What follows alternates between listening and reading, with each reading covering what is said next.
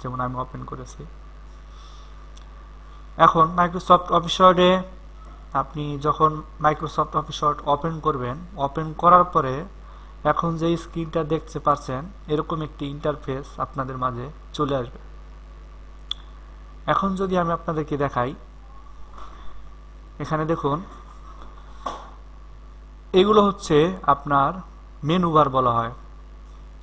আর আমরা যেটার ভিতরে যে জায়গাটার ভিতরে লিখব সেই জায়গাটিকে বলা হয় ওয়ার্ক স্পেস, মানে কাজের জায়গা যেটা সেটাকে বলা হয় ওয়ার্ক স্পেস।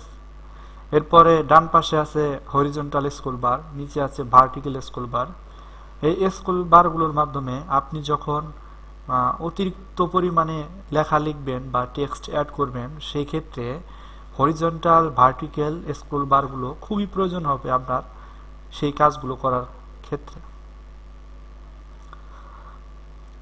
এখন চলুন আমরা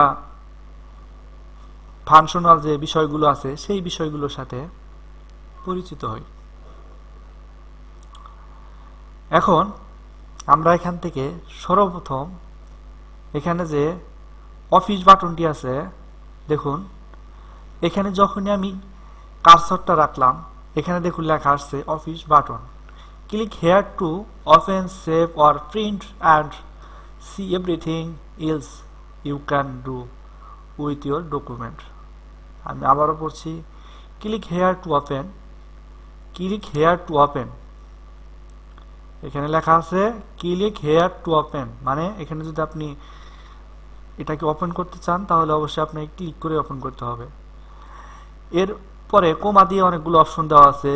সেভ, মানে আপনি সেভ করতে পারবেন আপনার ফাইলটাকে, অর প্রিন্ট, অথবা আপনি এটাকে প্রিন্ট করে বের করতে পারবেন, যেটা আমরা প্রিন্টারের মাধ্যমে বের